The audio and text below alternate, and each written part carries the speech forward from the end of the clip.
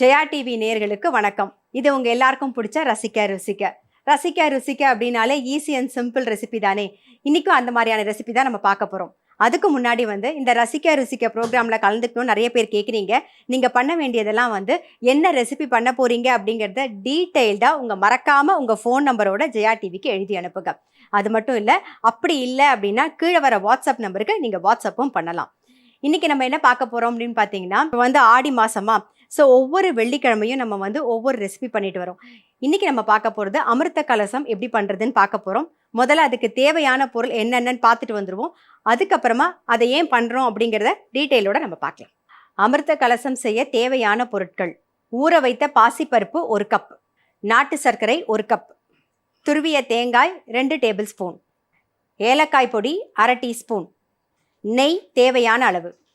அமிர்த கலசம் செய்ய தேவையான பொருட்கள் என்னன்னு பார்த்தாச்சு. இப்போ எப்படி பண்ணுறதுன்னு தான் நம்ம பார்க்க போகிறோம். இதுக்கு பாசிப்பருப்பு நான் ஊற வச்சுருக்கேன். அதாவது 2 மணி நேரம் பாசிப்பருப்பு ஊறினா போதும். தண்ணியெல்லாம் வடிய விட்டு ரெடியாக எடுத்து வச்சுருக்கேன். பாசிப்பருப்பும் சேர்த்துக்கலாம். ஏன்னா பச்சை பயிர் இருந்ததுன்னா அதை கூட நீங்கள் 2 மணி நேரம் ஊற வச்சுட்டு அதுலேயும் இது பண்ணலாம். நம்ம ஏன் இந்த அமிர்த கலசம் பண்ணுறேங்கிறதையும் சொல்லிடுறேன்.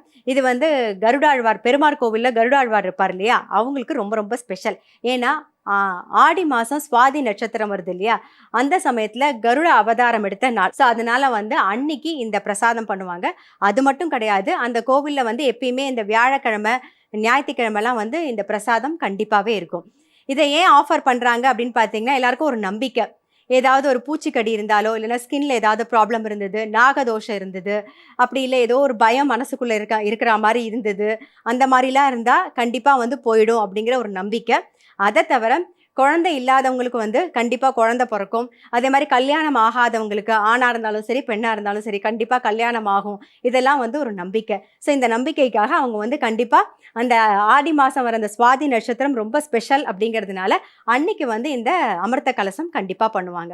இன்னைக்கு நாம் அதை எப்படி பண்ணுறது அப்படிங்கிறத தான் நம்ம பார்க்க போகிறோம். ஸோ அதுக்கு ஃபஸ்ட்டு தேவை பாசிப்பருப்போ இல்லை பச்சை பயிரோ, எதில் வேணாலும் நீங்கள் பண்ணலாம். நான் இன்னைக்கு பாசிப்பருப்பு எடுத்திருக்கேன். கரெக்டாக 2 மணி நேரம் ஊற வச்சு தண்ணியெல்லாம் வடிய விட்டு எடுத்திருக்கேன். இதை நல்லா கோர்ஸாக அரைச்சிக்கிட்டா போதும். ரொம்ப நைஸாக அரைக்க வேண்டாம், கோர்ஸாக அரைச்சி எடுத்துகிட்டு வந்துடுவோம். ஃபஸ்ட்டு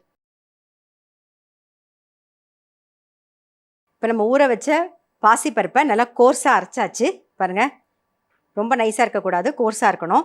இப்போ என்ன பண்ண போகிறோன்னா, இதுக்கு கரெக்டாக ஒரு 1.5 கப்பு நான் நாட்டு சக்கரை எடுத்திருக்கேன். நீங்கள் வெல்லம் வேணாலும் எடுத்துக்கலாம், இல்லை நாட்டு சக்கரை வேணாலும் எடுத்துக்கலாம். இப்போ நாட்டு சக்கரையை சேர்த்துடலாம். கரெக்டாக 1.5 கப்பு. 1 கப்பு பாசிப்பருப்புக்கு 1.5 கப்பு வெல்லமோ இல்லை நாட்டு சக்கரையோ கரெக்டாக இருக்கும். சில நாட்டு சக்கரை பார்த்தீங்கன்னா ஸ்வீட் இருக்காது. அப்படி இல்லாமல் இருந்ததுன்னா நீங்கள் ஒரு 1/4 கப்பு எக்ஸ்ட்ரா எடுத்துக்கலாம். இப்போ கொஞ்சம் தண்ணி விட்டுக்கலாம். கொஞ்சம் கரையட்டும். இந்த நாட்டு சக்கரையில் கல் மண்ணெல்லாம் இல்லை, அதனால நான் வடிகட்ட போகிறதில்ல. அப்படியே கரைச்சிட்டு அதுக்கப்புறம் அப்படியே மிக்ஸ் பண்ணிட போகிறேன். அப்படி இருந்ததுன்னா நீங்கள் வடிகட்டிட்டு அதுக்கப்புறமா ஒரு கொதி விடுங்க. அதே மாதிரி இதுக்கு பாகு பதம்லாம் ஒன்றுமே கிடையாது. அந்த வெள்ளை தண்ணி நல்லா கொதிச்சு வந்தால் போதும். பாருங்க, இந்த மாதிரி கரைஞ்சா போதும். இது நல்லா கொதிக்கணும், அவ்வளோதான். இதுலேயே தேங்காய் ஒரு 2 டேபிள் ஸ்பூனுக்கு தேங்காய் சேர்த்துக்கலாம்.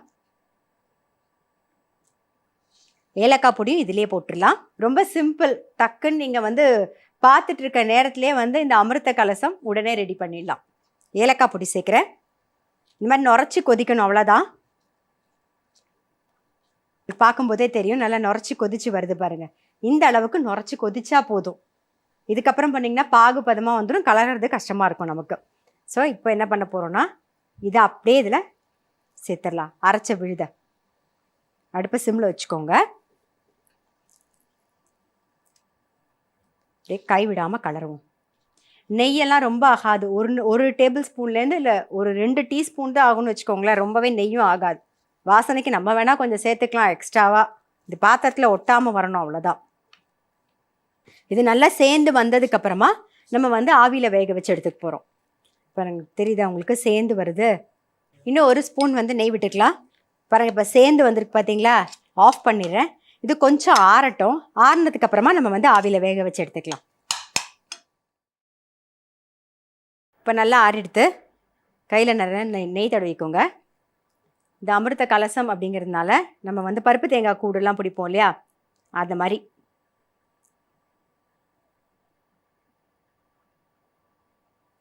இந்த மாதிரி.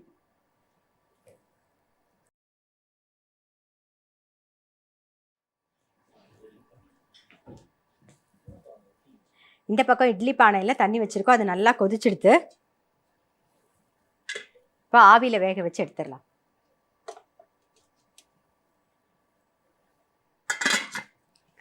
நல்லா ஒரு 10 நிமிஷம் வேகணும். வேகிற வரைக்கும் நம்ம வெயிட் பண்ணலாம். நல்லா ஒரு 10 நிமிஷம் ஆயிருக்கும், வெந்திருத்தான்னு பார்த்துடலாம். ஆஃப் பண்ணிடுவோம். இது ஆறுனதுக்கு அப்புறம் எடுத்துடலாம்.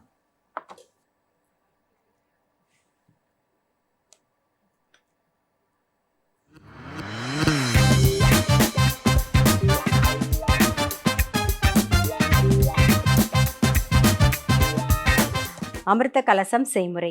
ஃபஸ்ட்டு வந்து ஊற வச்ச பாசிப்பருப்பை கோர்ஸாக அரைச்சி எடுத்துக்கணும். அதுக்கப்புறமா ஒரு பேனில் நாட்டு சர்க்கரையை சேர்த்து கொஞ்சம் தண்ணி விட்டு அது நல்லா கொதிக்கும் போது தேங்காய் கொஞ்சம் ஏலக்காய் பொடியும் சேர்த்து நல்லா நுரைச்சி கொதிக்கும் போது நம்ம என்ன பண்ணணும்னா அரைச்சி வச்சுருக்கோம் இல்லையா, அந்த விழுதியும் சேர்த்துட்டு நல்லா கைவிடாமல் கலருங்க. ஒரு ஸ்பூன் நெய்யும் விட்டு நல்லா மிக்ஸ் பண்ணிட்டிங்கன்னா சேர்ந்தாப்புல வந்துடும். அதை இறக்கி வச்சுட்டு ஆறுனதுக்கப்புறமா அதை நல்லா அழகாக பருப்பு தேங்காய் கூடு பிடிப்போம் இல்லையா, அதே மாதிரி நல்லா பிடிச்சிட்டு ஆவியில் வேக வச்சு எடுத்துட்டிங்கன்னா நம்மளுடைய அமிர்த கலசம் ரெடி.